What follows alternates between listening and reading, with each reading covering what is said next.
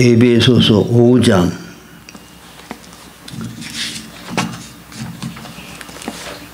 15절부터 18절까지입니다.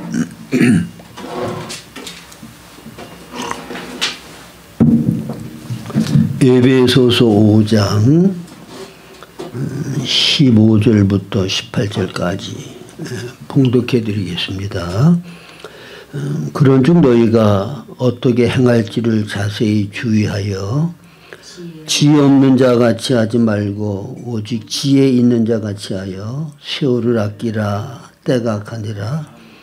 그러므로 어리석은 자가 되지 말고 오직 주의 뜻이 무엇인가 이해하라. 술 취하지 말라. 이는 방탕한 것이니 오직 성령으로 충만함을 받으라.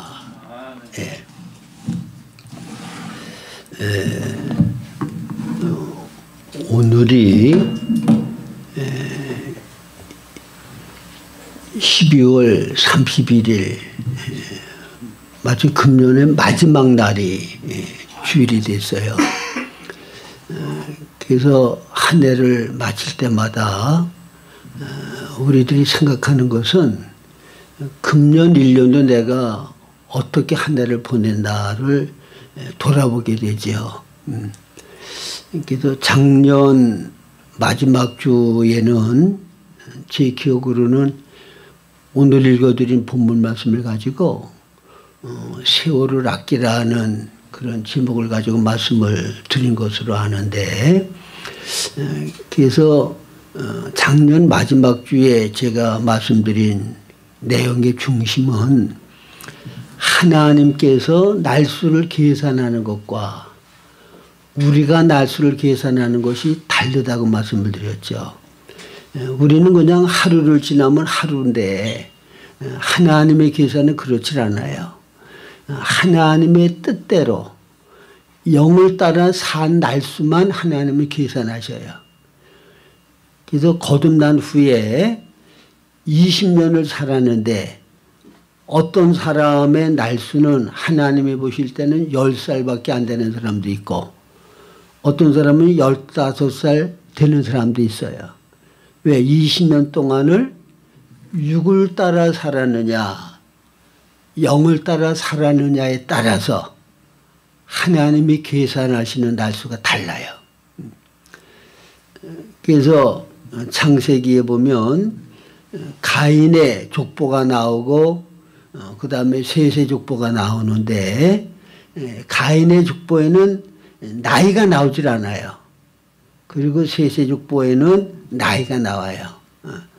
하나님과 바른 관계 속에서 산 날수만을 하나님은 계산한다는 거예요.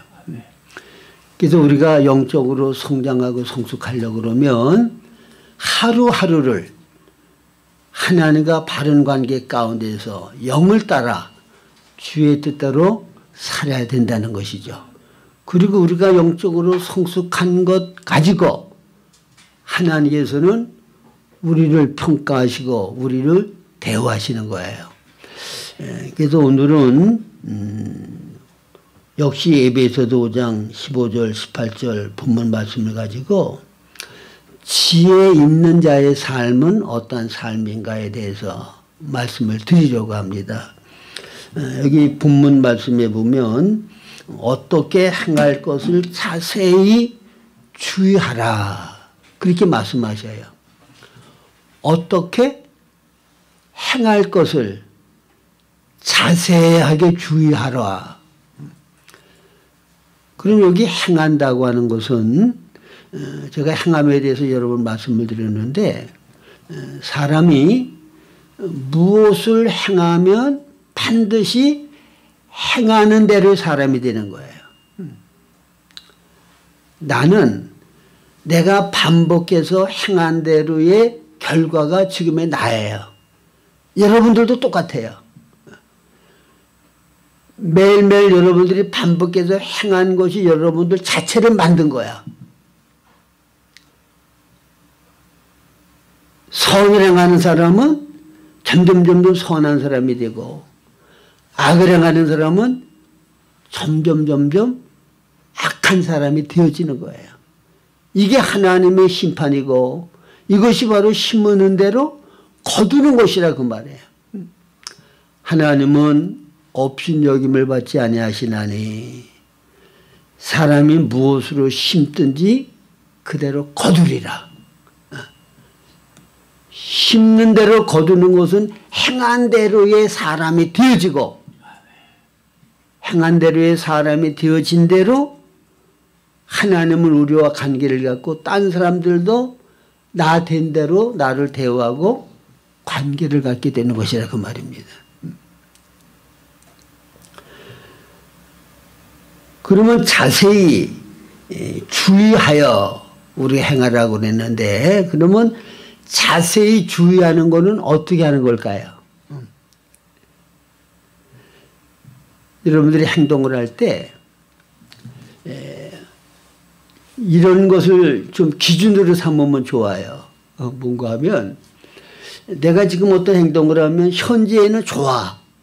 내가 정말 하고 싶은 거고 그 일이란 하면 내게 기쁨이 있고 즐거운 미술 같아.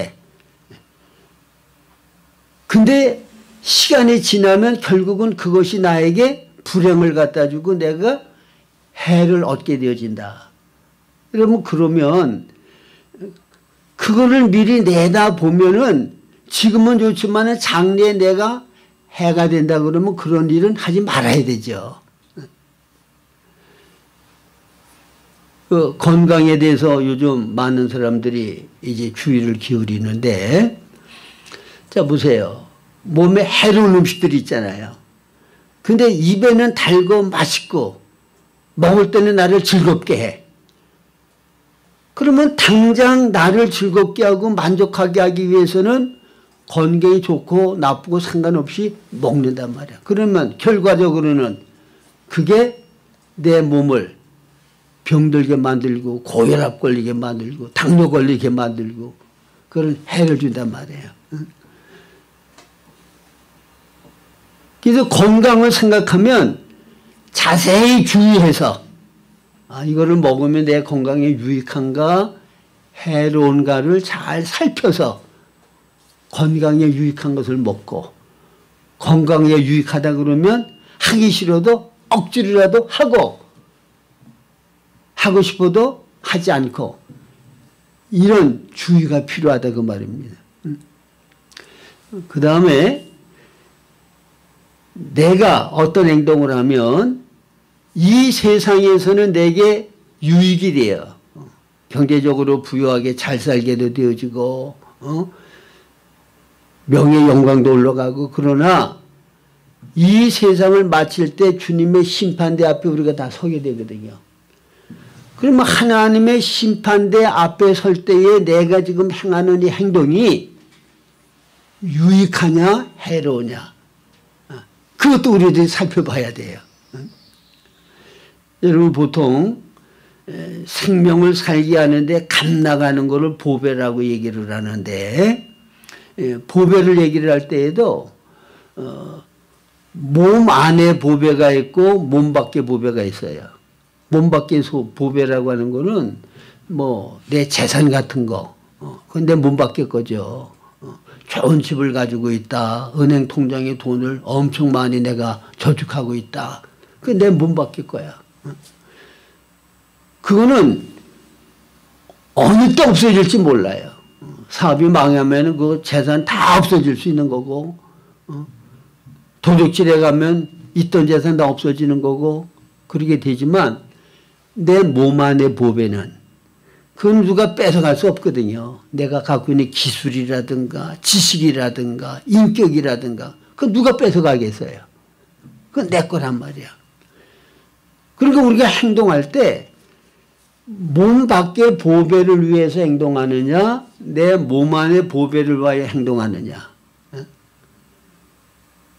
그냥 돈 벌어서 열심히 저축하고 돈을 쌓아놓느냐 그 돈을 가지고 기술을 배우고 공부를 하고 나 자신을 이 세상 살 수 있는 어떤 특수한 사람을 만들기 위해서 그 돈을 투자하느냐 이것도 중요한 거죠. 그러니까 지혜로운 사람은 내 몸 밖의 보배보다는 몸 안의 보배를 귀하게 여겨요. 그 다음에 이것이 임시적인 보배가 있고 영원한 보배가 있어. 임시적인 보배는 죽을 때 다 놓고 가는 거예요. 가지고 갈 수 없어. 근데 영원한 보배는 너의 보물을 하늘에 쌓아두라. 거기는 도적이 도둑질도 못하고 도미 쓸지도 않고 그거는 영원한 내 것이 되는 거야.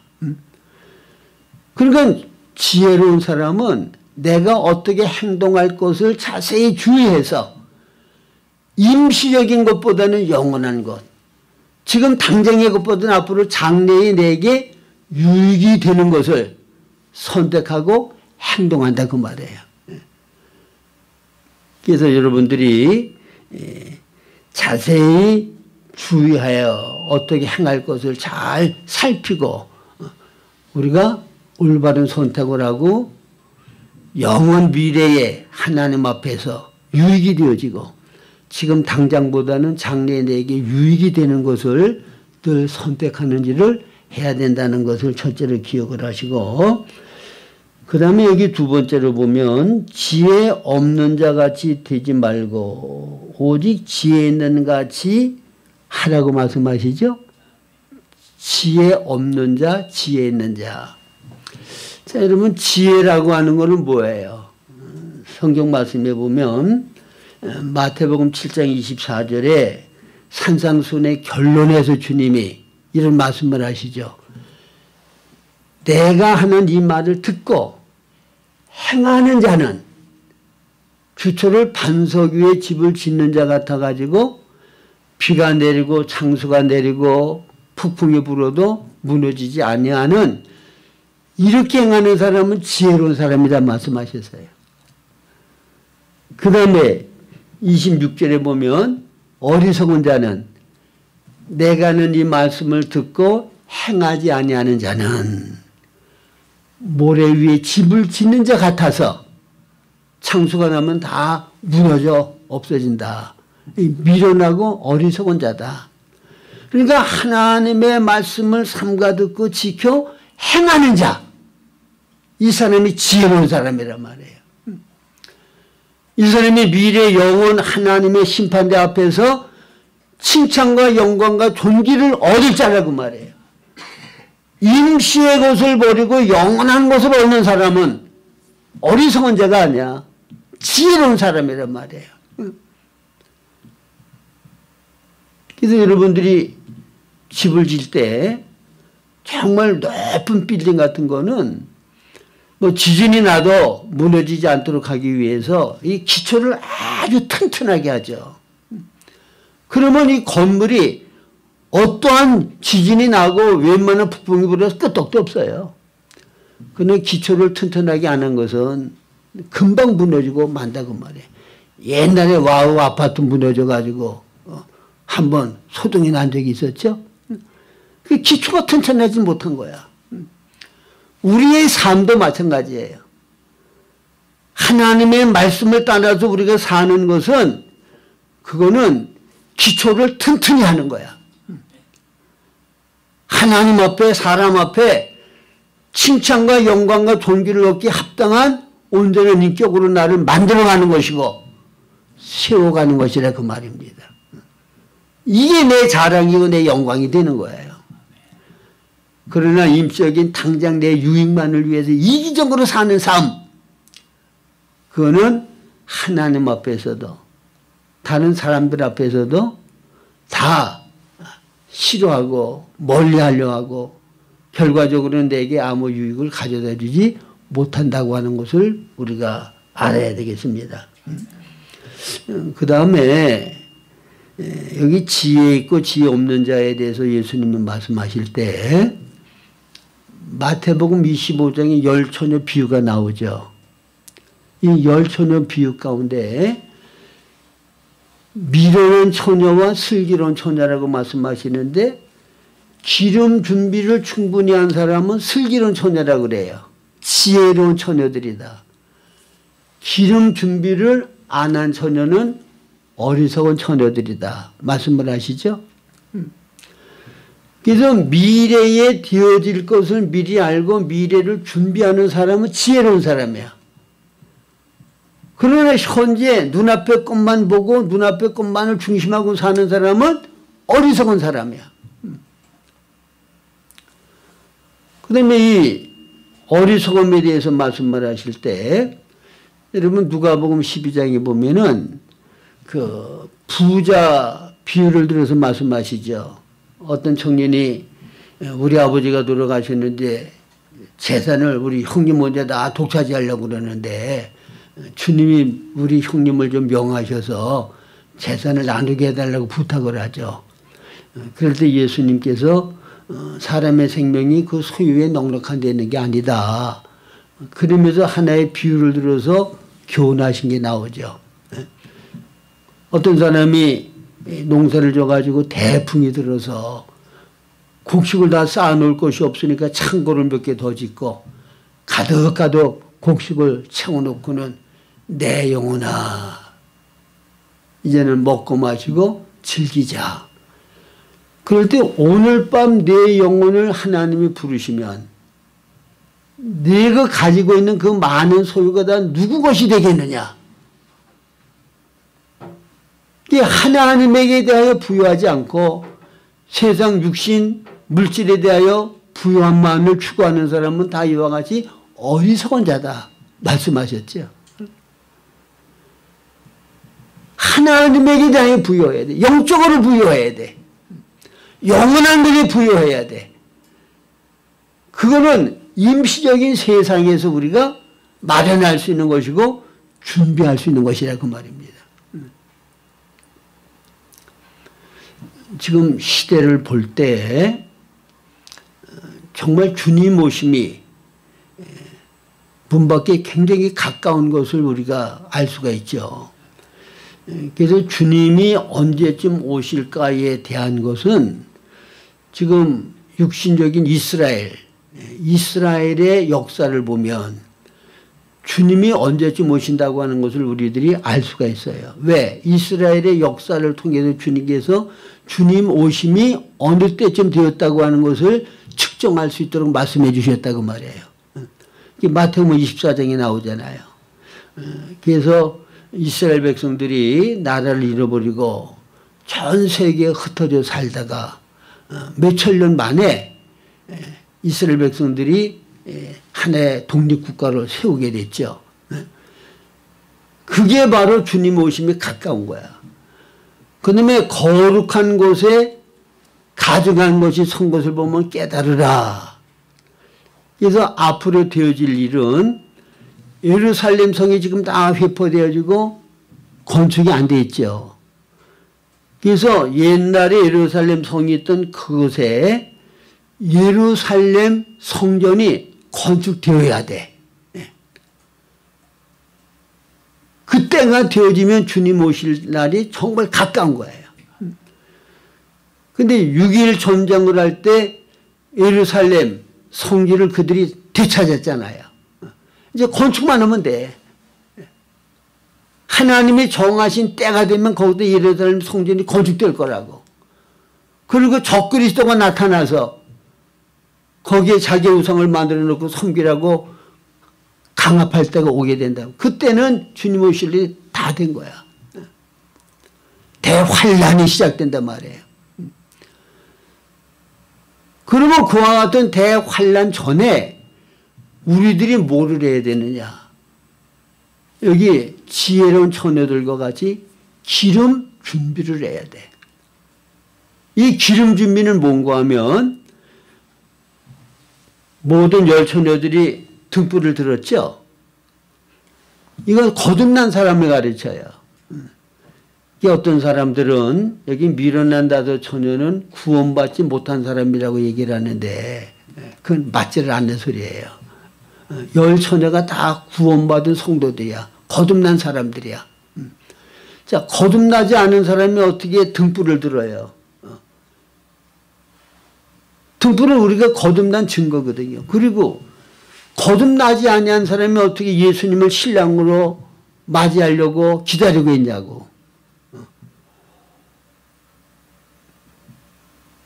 그런데 천년 왕국의 영광에 참여할 수 있는 사람은 기름 준비를 충분히 한 슬기로운 5 처녀만이 천년 왕국의 혼인석에 들어갈 수가 있는 거예요. 그럼 여기 기름 준비를 한다고 하는 것은 무슨 말인가 하면 거듭난 것 외에 성령으로 충만케 되어지는 것. 우리의 혼이 성령으로 채워져서 생각도 감정도 의지도 성령의 통제와 다스림 가운데 온전히 사는 사람이 되어지는 것.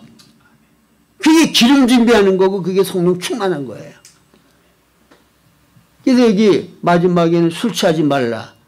이는 방탕한 것이니 오직 성령의 충만함을 받으라고 그랬죠.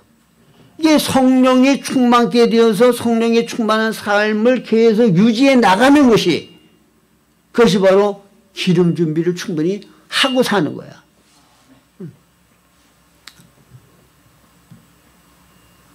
그래서 지혜 없는 자 같이 하지 말고 오직 지혜 있는 같이 지혜 있는 자와 같이 하라.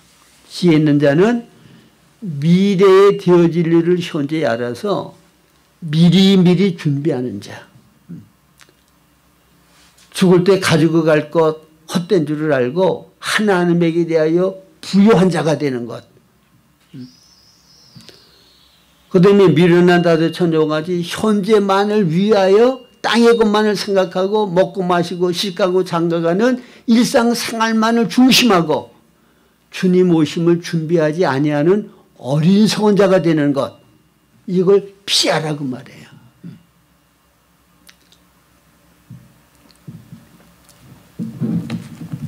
그 다음에 세월을 아끼라. 때가 악하다. 여러분 디모데후서 3장 1절에 이하에 보면 너희는 이것을 알라 말씀하셨어요. 말세에 고통하는 때가 이르리니. 말세에 고통하는 때, 고통하는 때를 말씀하셨어요. 고통하는 때는 어떤 때냐?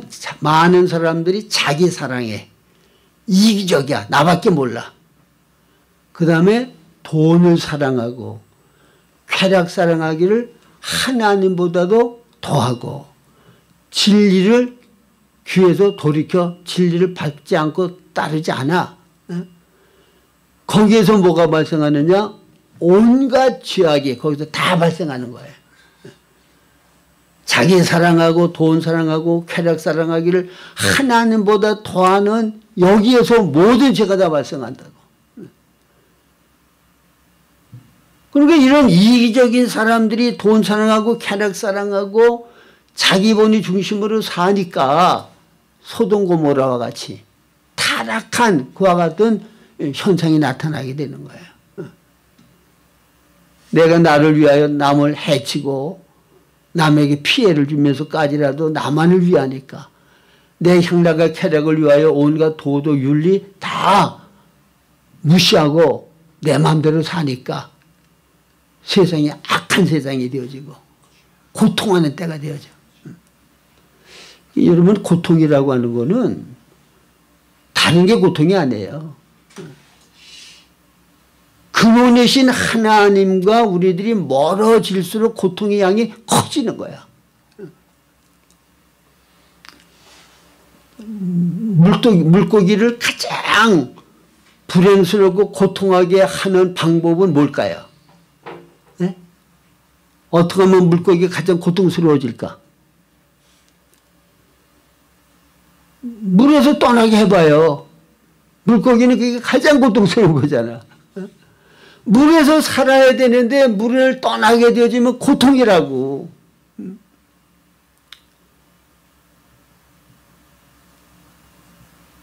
그러니까 사람의 근원이 하나님이잖아요.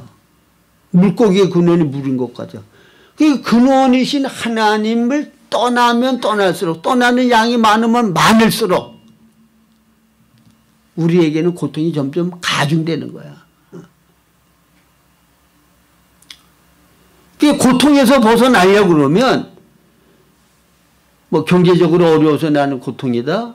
뭐 육신이 병들어도 고통이다. 등등 고통스럽고 힘든 여러 가지 사정이 있겠지만 근본적인 거는 하나님께로 돌아가서 하나님과 바른 관계 속에서 살면 모든 고통 다 벗어나. 가장 평강과 안식과 행복을 누릴 수 있는 것이 그리스도 안에서 사는 거라고 말입니다. 말세에 고통하는 때는 하나님을 멀리 떠나. 하나님 떠나서 쾌락을 추구하고 하나님 떠나서 내 유익을 추구하고 하나님을 떠나서 내가 행복해지려고 하니까 점점 고통이 가중된다고 말입니다. 저도 경험해 보니까 하나님이 주시는 만족, 평강, 기쁨은 내적인 거고 그거는 모든 환경을 초월하는 거예요. 그래서 그거를 한번 맛본 사람은 세상적으로 경제적으로 내가 부여를 누리고 또 몸도 건강하고 모든 게 부족함이 없어도 하나님과 올바른 관계 가운데서 영적인 안식과 평강과 기쁨을 잊어버리면 만족하고 행복할 수 없어. 다시 하나님이 주시는 그 평강과 만족과 기쁨을 찾아가게 돼 있다고 말해요.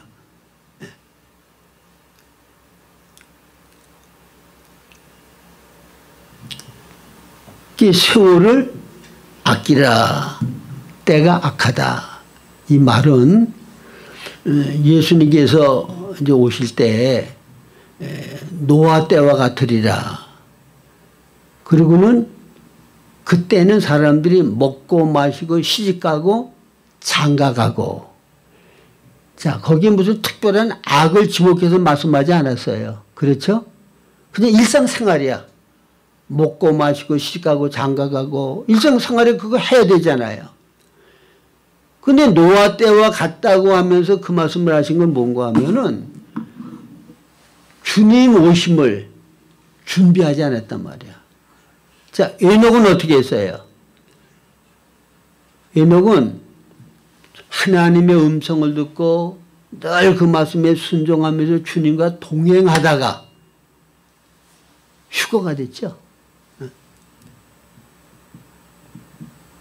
그러니까 여기에 슬기로운 다섯 처녀들은 하나님께서 주신 날마다 환경 가운데서 딴 사람들은 먹고 마시고 시집가고 장가가는 육신 생활에 골똘해서 그것밖에 눈에 안 보여. 그것만을 위해 살아.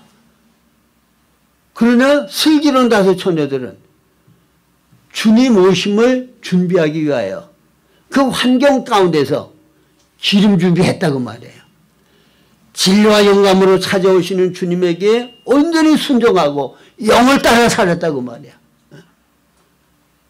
하나님의 뜻대로 순종하고 살았다고 말해요. 환경에서 내가 영을 따라 살고 주의 뜻을 따라 순종할 때마다 나는 성령으로 점점 충만한 사람이 되어지고 주님과 성공과 같은 사람이 되어지고 하나님의 나라에 맞는 사람으로 만들어진다고 말해요. 이렇게 사는 사람이 지혜로운 사람이야.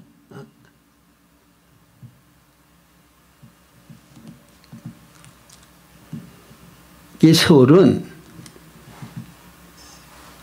하나님께서 바로 기름 준비하라고 우리에게 시간 가운데 여러 가지 환경을 교체해서 만들어주시는 거거든요.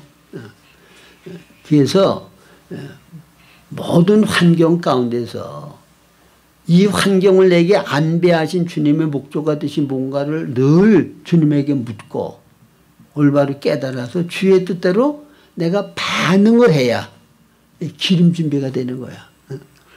그리고 여러분 이거는 항상 때가 있어요.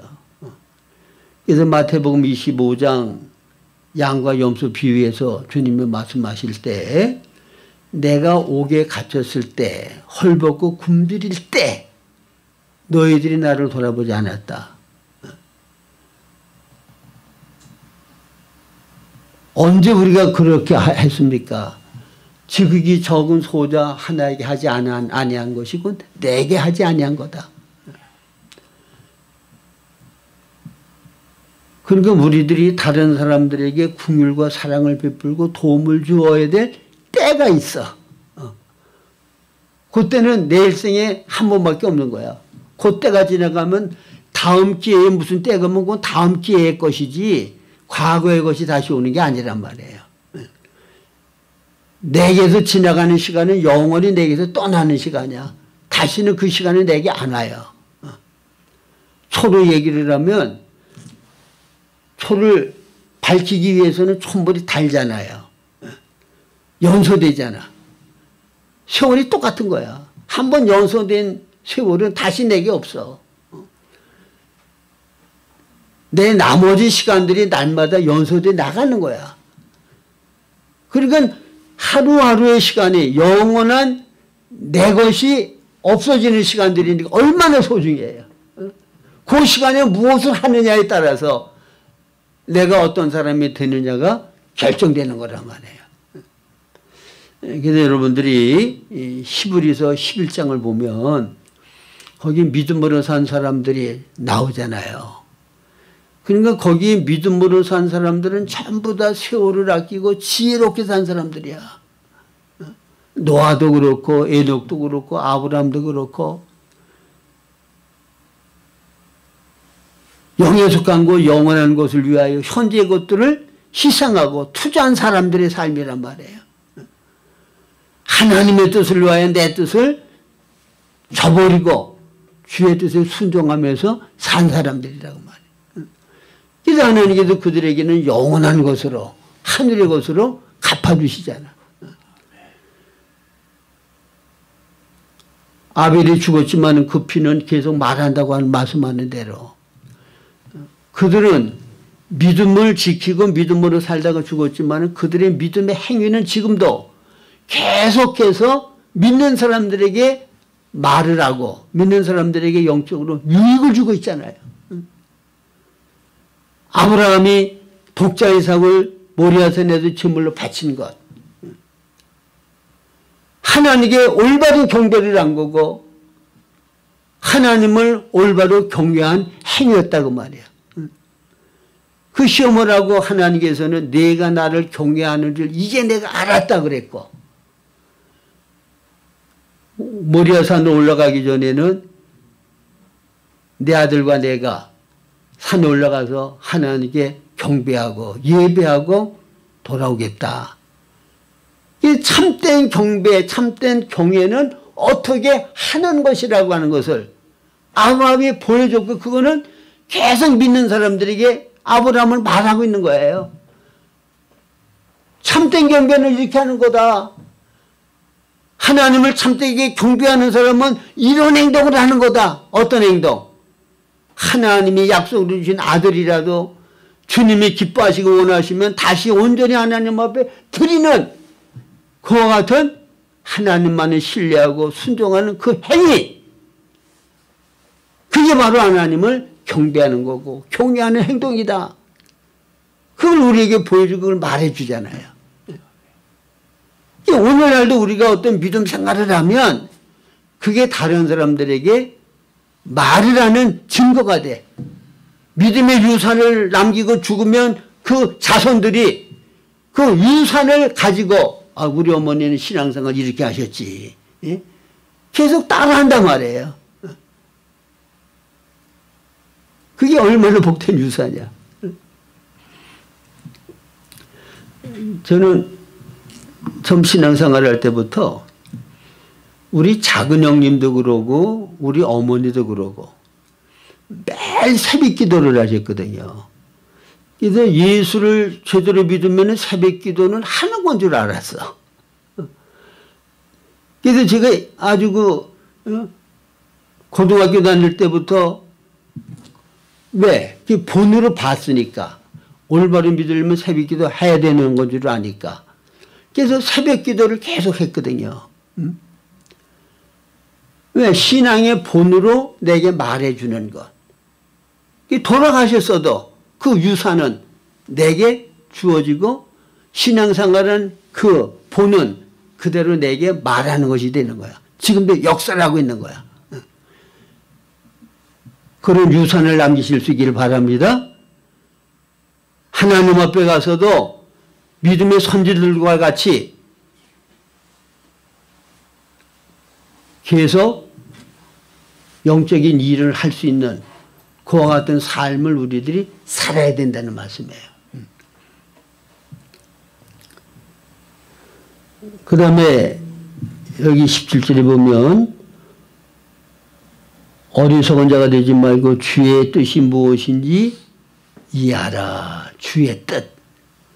그래서 주의 뜻은 여기 본문에 말씀하신 대로 자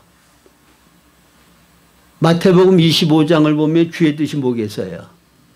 미련한 자가 되지 말고 슬기로운 다도 처녀가 되라는 거죠. 기름 준비를 충분히 했다고 하는 것은 성령으로 충만케 되는 거 가르쳐요. 그러면 여기에서도 술 취하지 말라 있는 방탕한 것이 오직 성령의 충만함을 받으라 그랬잖아. 이 성령의 충만함을 받는 것은 달리 얘기를 하면 부활 생명이신 주님이 내 안에 주인이 되시는 거야. 주인이 되시면 종의 자리에서 모든 것은 내 마음대로 하는 거 아무것도 없어. 늘 주의 뜻을 물어서 주의 뜻대로 순종하는 삶을 사는 거야. 그러면 주님은 내 안에서 주님이 사실 수가 있고 나를 통하여 주님이 원하는 일을 하실 수가 있는 거예요. 근데 내 삶에 내가 주인이 되기 때문에 나를 통하여 주님이 영광스러운 주의 일을 하기를 원하는 걸 내가 방해하는 거야. 나를 통하여 주님의 모든 사랑을 나타내고 지혜 지식과 능력을 살아 나타내서 하나님의 영광을 나타낼 수 있는 거를 내가 주인 노릇하고 내 마음대로 살겠다고 해서 그걸 내가 방해하는 거야.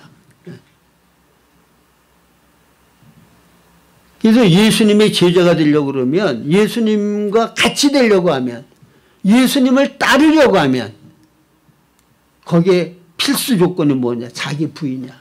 자기 십자가 지는 거야. 나를 거절하고 나를 죽음에 내어놓는 거야. 그래야 주님의 뜻을 따라서 온전히 순종하는 하나님의 사람, 제자의 길을 갈 수가 있게 되어지고 그 길을 갈 때 우리는 거룩하신 그리스도의 아름다운 성품의 사람으로 변화가 되어서 하나님을 살아 나타내고 모든 사람들에게 하나님이 어떤 분이라는 것을 보여주는 삶, 빛된 삶을 살 수가 있게 된다는 것입니다. 그래서 여러분들이 이제 금년 마지막 날, 금년 1년도 내가 주인 되어 살았나, 주님이 주인 되어 살았나, 주님이 계산할 수 있는 날들은 얼마나 내가 보내면서 살았나 돌아보시고, 그리고 아무리 우리가 잘못 살았을지라도 아직은 살아있잖아요. 죽기 전까지는 우리는 얼마든지 고칠 수 있고 변화될 수 있는 소망이 있는 거야. 새롭게 시작할 수 있는, 시작을 할 수 있는 때가 우리 안에는 남아있단 말이에요. 그래서 새해부터는 내가 정말 지혜로운 자로 살겠다.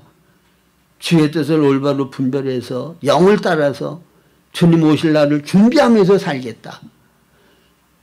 내년 말에는 영적으로 내가 많이 성장한 그 모습을 보일 수 있는 삶을 살겠다. 새롭게 결심하시고 새롭게 시작하실 수 있기를 주님의 이름으로 축원합니다.